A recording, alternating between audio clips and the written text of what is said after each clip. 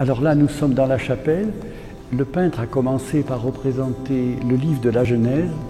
Vous avez le paradis terrestre.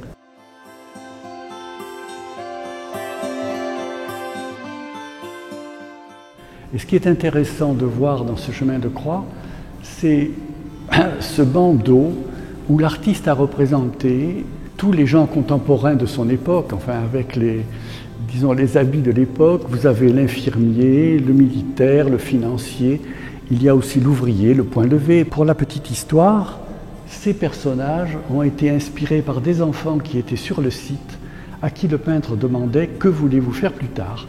Donc il y en a un qui disait « Moi je veux être banquier, moi je veux être militaire, moi je veux être… » Et vous avez toute cette histoire qui est là. Ces fresques ont été peintes en 1952, 53. Et vous avez une image qui est vraiment très impressionnante, qui fait penser un peu au style de Guernica. C'était l'époque, vous savez, où Picasso avait peint Guernica.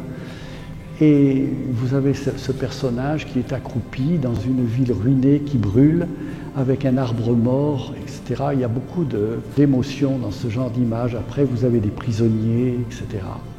Vous avez un autre endroit dans cette chapelle, c'est l'endroit des ex-voto. Quand le peintre a peint ces fresques, les Sétois n'étaient pas contents parce que, à l'époque, les ex-voto étaient écrits sur les murs. Et ça faisait une décoration assez surprenante, mais enfin c'était des merci, des demandes, etc.